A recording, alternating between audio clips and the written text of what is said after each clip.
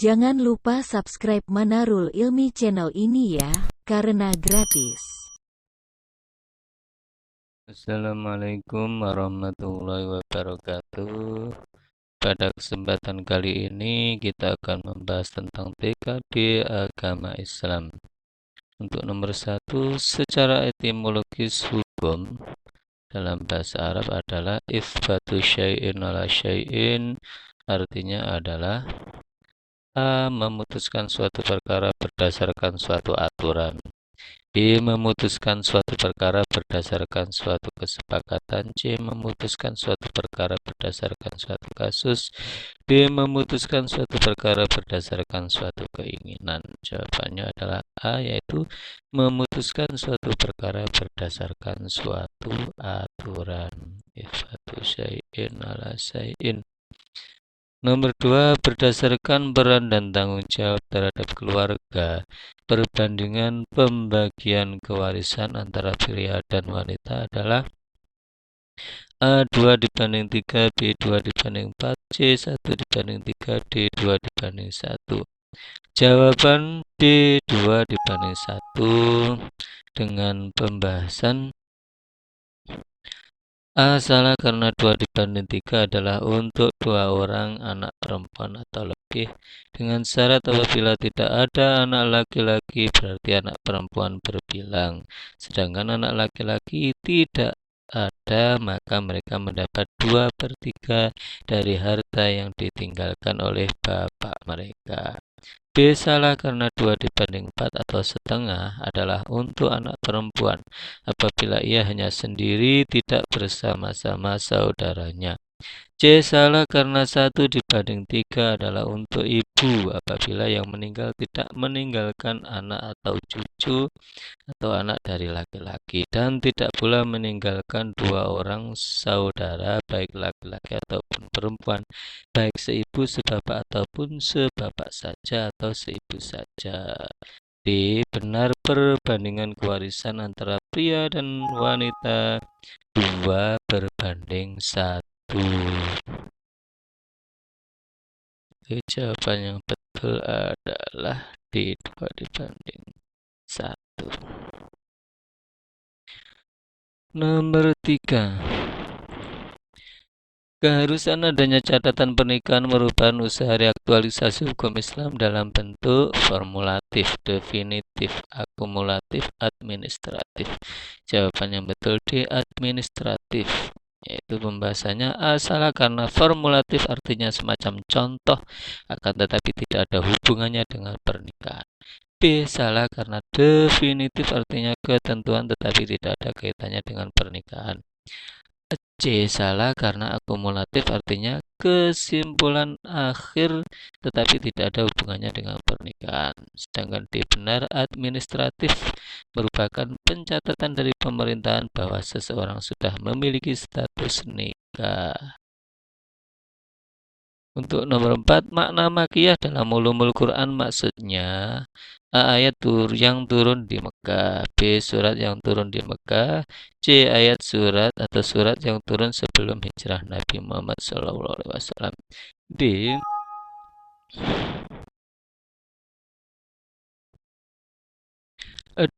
Ayat atau surat yang turun di Mekah sewaktu akan hijrah Nabi SAW ke Madinah. Jawabannya itu C, ayat atau surat yang turun sebelum hijrah Nabi Muhammad SAW. Terdapat 3 perbedaan ulama dalam memahami pengertian kata makiyah dan madaniyah. Nama yang terkuat adalah pendapat yang memberikan pengertian bahwa makiyah adalah ayat yang diturunkan sebelum hijrah, meskipun bukan di Mekah. Madani adalah yang turun setelah hijrah, meskipun bukan di Madinah. Ayat tersebut diturunkan. Yang betul C, ayat atau surat yang turun sebelum hijrah. Nomor 5, al-hadis yang tidak terdapat kecacatan dalam sanad dan matanya disebut hadis marfu, sahih, mutawatir, ahad, maudhu. Yang betul ini adalah jawabannya B, sahih. Nomor 6, cabang ilmu hadis yang mendalami seluk-beluk perawi hadis disebut hadis tiroyah, hadis riwayah, hadis hamiyah, hadis atau sunnah hamiyah, sunnah akliyah. Jawaban yang betul adalah hadis tiroyah. Ilmu hadis tiroyah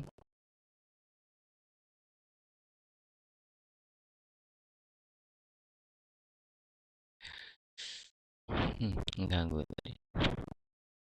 Ilmu hadis dirayah disebut dengan ilmu mustolahatul hadis, undang-undang atau kaidah-kaidah untuk mengetahui hal ihwal sanad, matan, cara-cara menerima dan menyampaikan al-hadis, sifat-sifat rawi dan lain sebagainya. Berbeda halnya dengan ilmu hadis riwayah yang lebih fokus untuk mengetahui cara-cara penukilan, pemeliharaan dan pembukaan apa-apa yang disandarkan kepada Nabi Muhammad Sallallahu Alaihi Wasallam, baik berupa perkataan, perbuatan, takrir maupun lain sebagainya. Jawabannya hadis diroyah.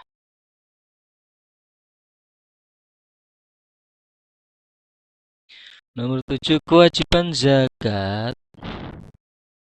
terdapat dalam Al-Quran. A. Al-Ma'idah 183, B. Al-Baqarah ayat 193, C. Ali Imran ayat 73, D atau ayat 103, E An-Nisa ayat 15. Jawabannya D atau 103. Ini langsung artinya ambillah zakat dari sebagian harta mereka, dengan zakat itu kamu membersihkan dan mensucikan mereka, dan mendoalah untuk mereka, sesungguhnya doa kamu itu menjadi apa, ketenangan buat mereka.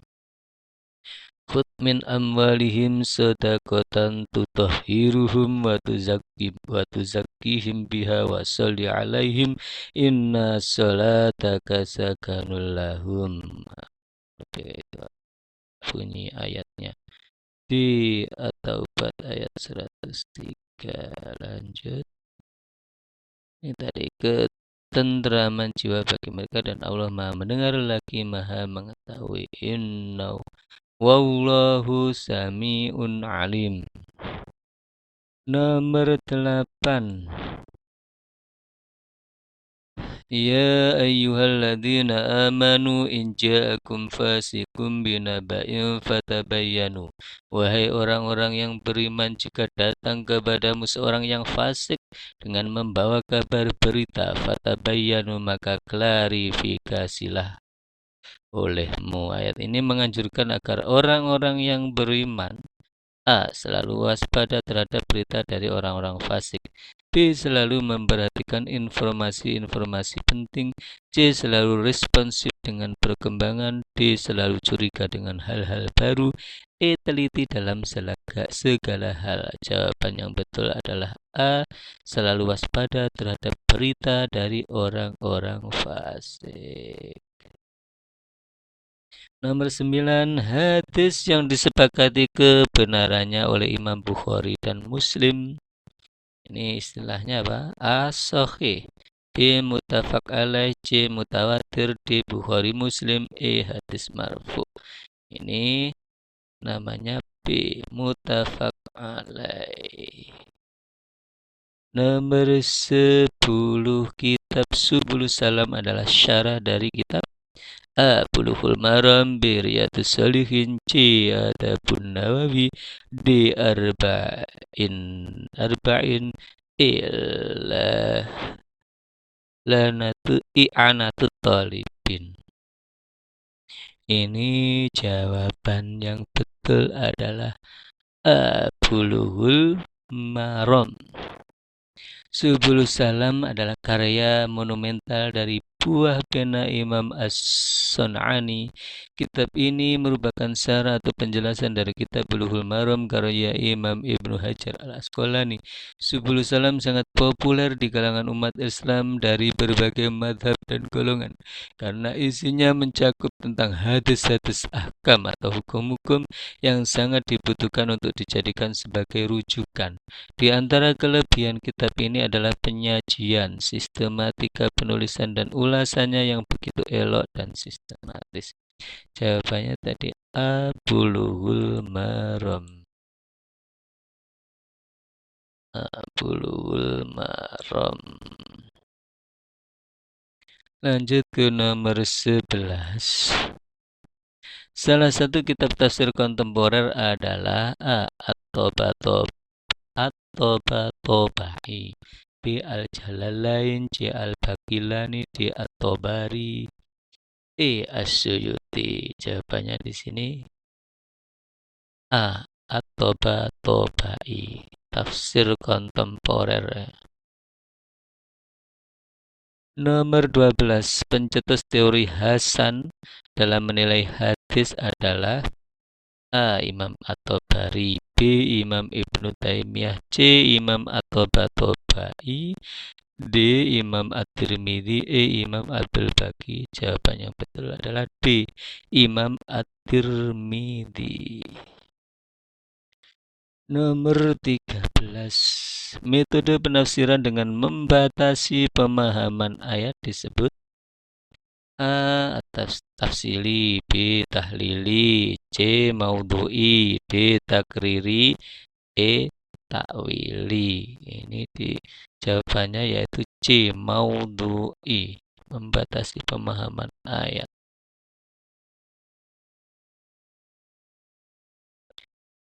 Nomor 14.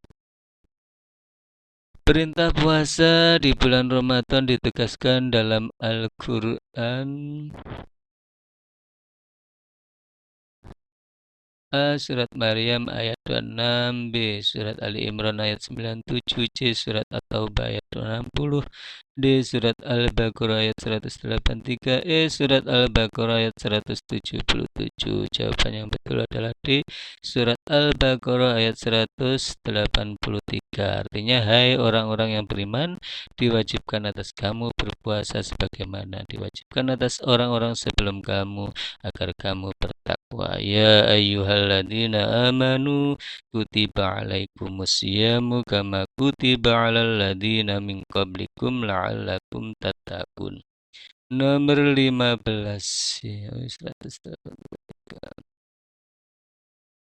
Nomor 15, ayat Al-Quran yang memperjelas proses penciptaan alam adalah A. Al-Quran surat Al-Mu'minun ayat 2 ayat 16. B. Surat Al-Mu'minun ayat 2 sampai 5, C. Surat Yunus ayat 24, D. Surat Yunus ayat 3, E. Surat An-Nahl ayat 12. Jawabannya adalah D. Surat Yunus. D ya. Surat Yunus berarti C oleh surat Yunus ayat 24. C. C. Jawabannya adalah C. Surat Yunus ayat 24 yang artinya sesungguhnya Tuhan kamu ialah Allah yang menciptakan langit dan bumi dalam 6 masa. Kemudian dia bersemayam di atas arsy untuk mengatur segala urusan. Tiada seorang pun yang akan memberi syafaat kecuali sesudah ada izinnya. Dan yang demikian itulah Allah Tuhan kamu, maka sembahlah dia. Maka apakah kamu tidak mengambil pelajaran?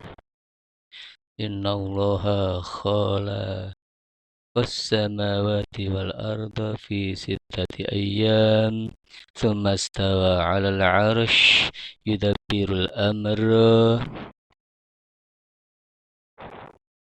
dan seterusnya al-ayah.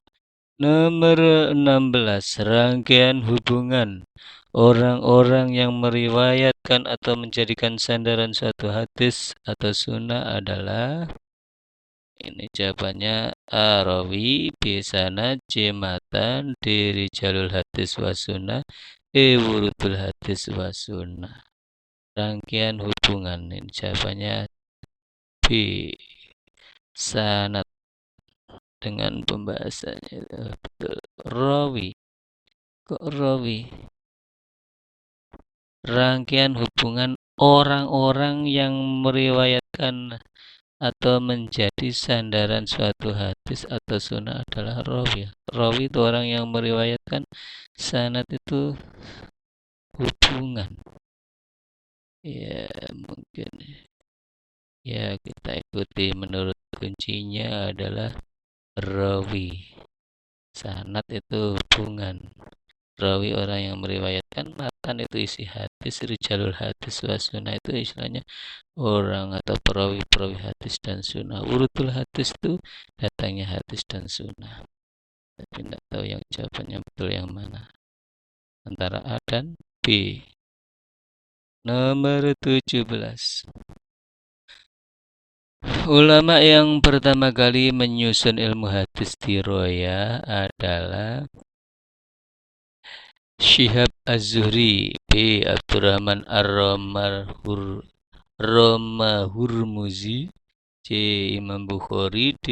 Ibnu Abdul Bar, E. Majaduddin Ibnu Asir. Jawabannya A. Syihab Az-Zuhri. Nomor 18. Urutan surat dan ayat Al-Quran dijelaskan Nabi Muhammad SAW berdasarkan perintah Allah Subhanahu wa Ta'ala. Hal ini lazim disebut A. Isbati, B. Tauqifi, C. Asbabun nuzul, D. Isyraqi, E. Ijazi. Urutan surat dari dan ayat berdasarkan perintah Allah, yang berarti tauqifi, berdasarkan perintah Allah. Jawabannya B. Tauqifi, berdasarkan perintah Allah. Nomor 19. Al-Quran pertama kali dicetak pada tahun, jawabannya adalah A ya, pada tahun 1694. 1694.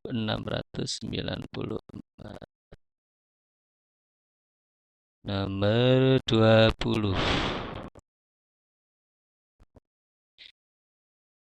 Jumlah lafaz Allah dalam Al-Quran, jawabannya langsung ya, C. 2799.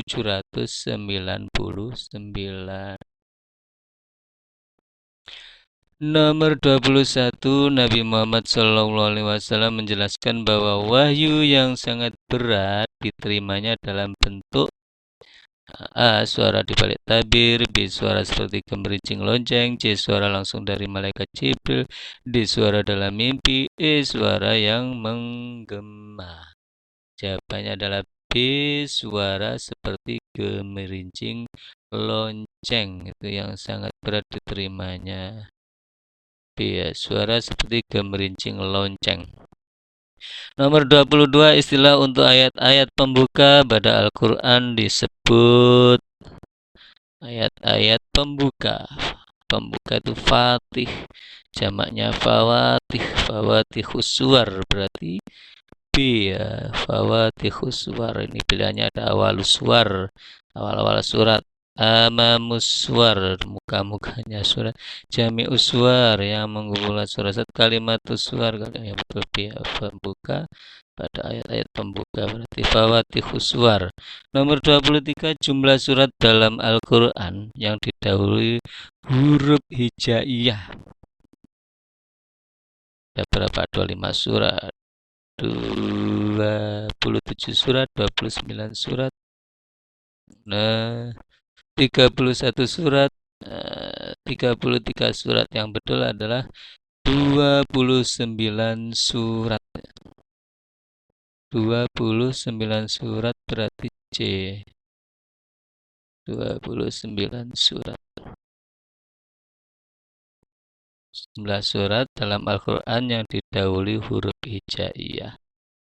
Ada 29 surat. Nomor 24. Yang tidak termasuk bagian wakaf ikhtiari.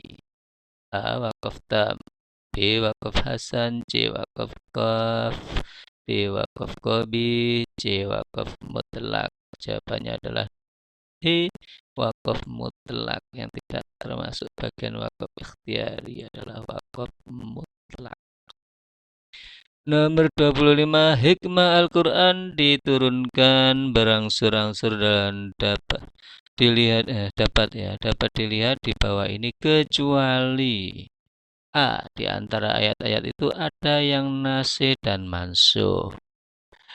B. Untuk memudahkan menghafal ayat-ayat. C. Untuk meringankan beban Nabi Muhammad dalam menghafal ayat.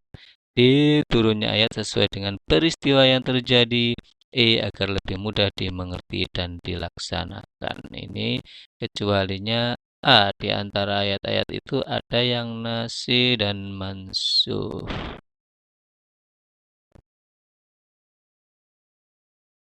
Nomor 26, surat-surat Al-Quran yang kurang dari 100 ayat disebut A. Al-Mathani, B. As-Sab'u Tiwal, C. Al-Mubin, D. Al-Mufassal, E. Al-Mi'un.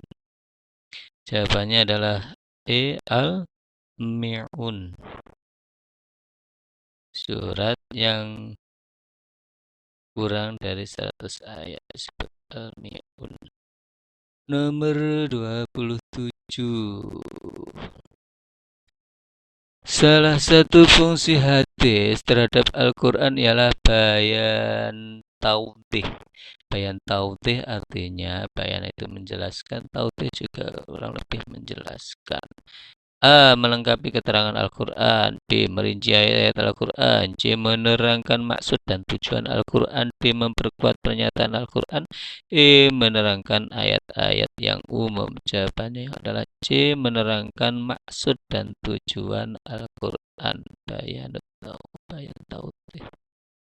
Nomor 28, di dalam Al-Quran terdapat ayat hukum. Kemudian ayat tersebut diperkuat kembali oleh Al-Hadis. Kedudukan Al-Hadis sebagai bayan tafsir, B. Bayan mujmal, C. Bayan takrir, D. Bayan tafsir, E. Bayan tautih. Memperkuat. Kemudian ayat diperkuat. Ini bayan takrir ya.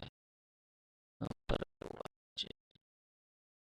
Nomor 29, Tafsir Al-Manar oleh Muhammad Abduh, Tafsir Al-Marughi oleh Mustafa Al-Marughi, Tafsir Mahasinut Ta'wil oleh Jalaluddin Al-Jasimi. Al-Jasimi adalah kitab-kitab tafsir yang lahir pada abad 11 dan 12, B abad 13 dan 14, C abad 13, D abad 14, E abad 9 dan 10. Jawabannya adalah B abad 13 dan 14. Lanjut nomor 30. Orang yang pertama yang berinisiatif memberi tanda baca dalam Al-Quran adalah A. Al-Khalil, B. Muawiyah, C. Abul Aswad Ad-Duali, D. Abul Hasan Al-As'ari, E. Abu Mansur Al-Maturidi. Yang betul jawabannya C. Abul Aswad Ad-Duali. Ini terkenal yang memberi titik dalam tanda baca Al-Quran. Nomor 31, wala taqtulun nafsal lati harramallahu illa bil haq, dan janganlah kalian membunuh jiwa yang diharamkan oleh Allah kecuali dengan hak atau dengan alasan yang benar. Ayat di atas menjelaskan tentang larangan A. Membunuh, B. Merampok, C. Mencuri, D. Merampas, E. Menganiaya. Jawaban yang betul adalah A. Larangan membunuh kecuali dengan jalan yang benar.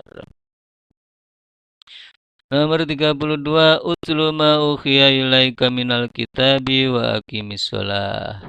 Surat Al-Ankabut ayat 45. Bacalah olehmu kepada apa yang diwahyukan kepadamu dari kitab Al-Quran dan dirikanlah sholat.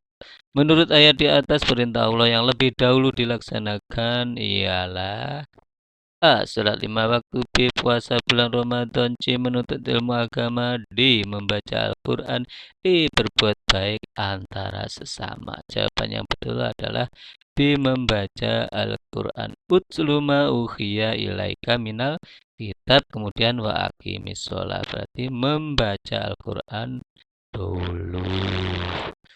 Nomor 33. Hukum mengambil barang temuan adalah sunnah apabila A.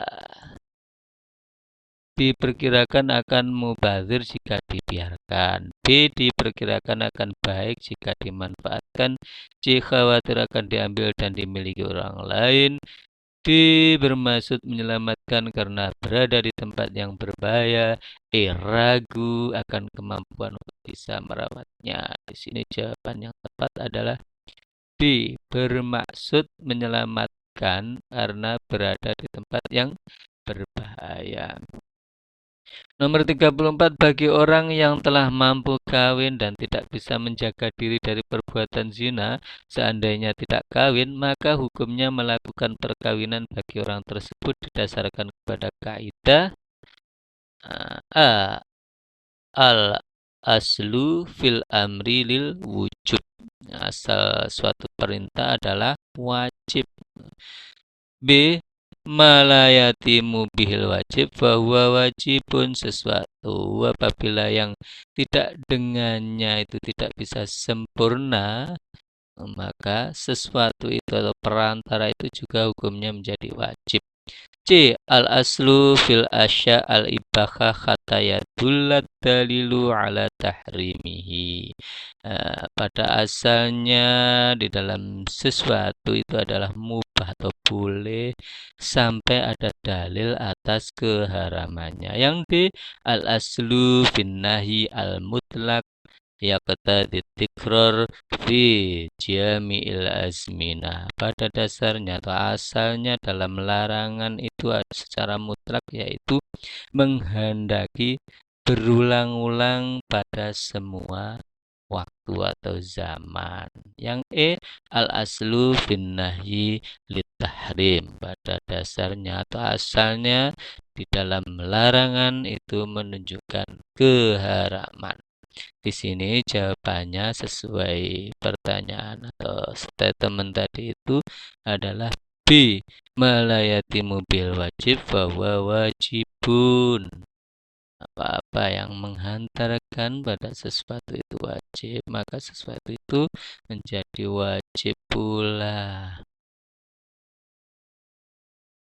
Nomor 35, salah satu azas kewarisan adalah ijbar. Hal ini mengandung maksud harta warisan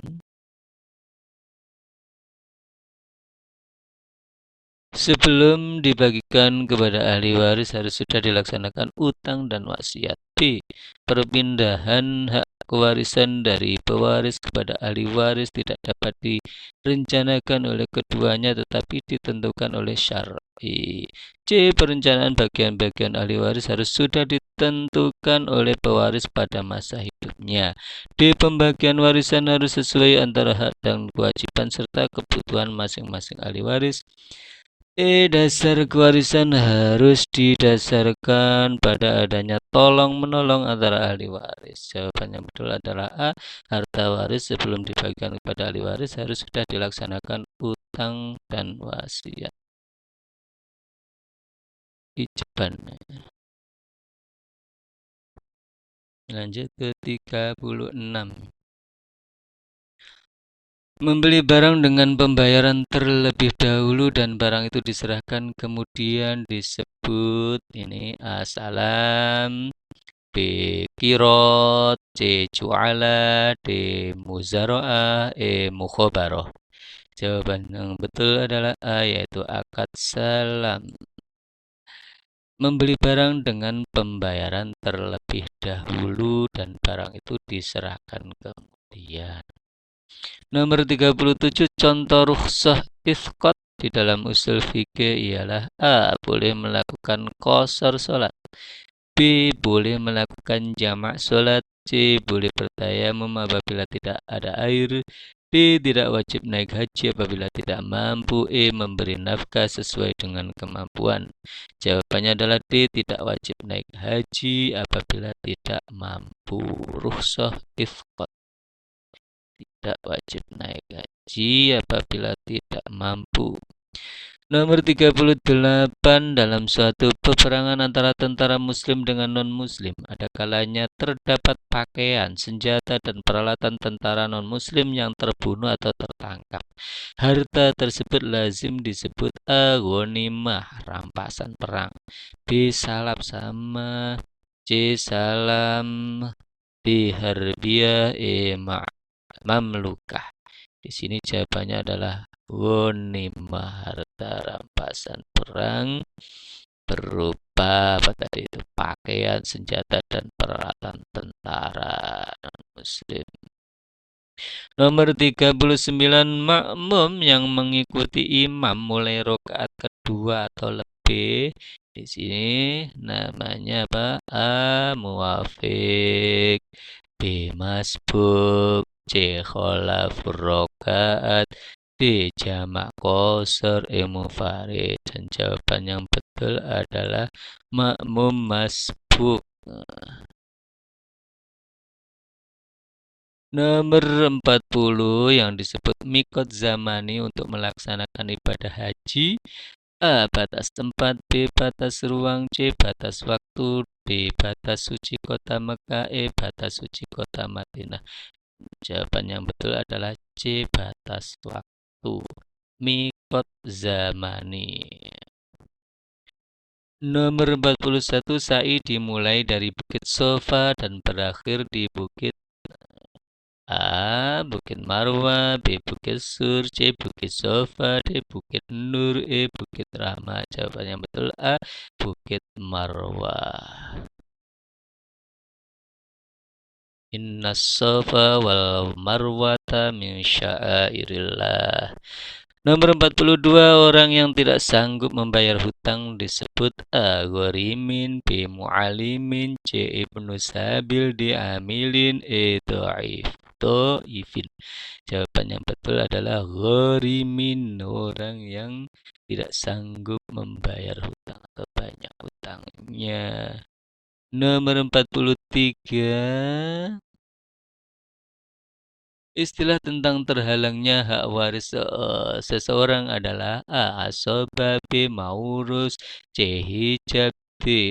Dawil arham. E. Dawil furud. Jawaban yang betul adalah hijab, penghalang. Artinya terhalangnya hak waris seseorang. Nomor 44, jamaah haji yang mabit di Mina pada semua hari tasyrik disebut A. Nafar nazar. B. Nafar wusta. C. Nafar awal. D. Nafar sani. E. Nafar ula. Di sini jawabannya D. Nafar sani, nafar yang kedua.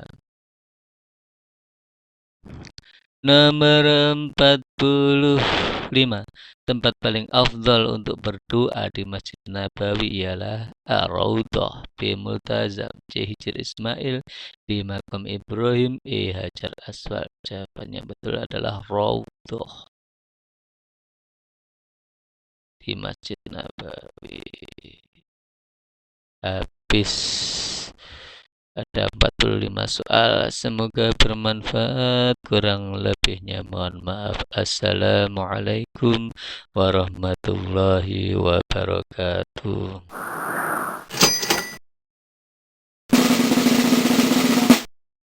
Kulo aturhaken matur sembah nuwun sak ageng agengipun dumateng panjenengan. Mugi-mugi Gusti Allah tansah mbales sedoyo amal panjenengan. Sepindah malih matur sembah nuwun.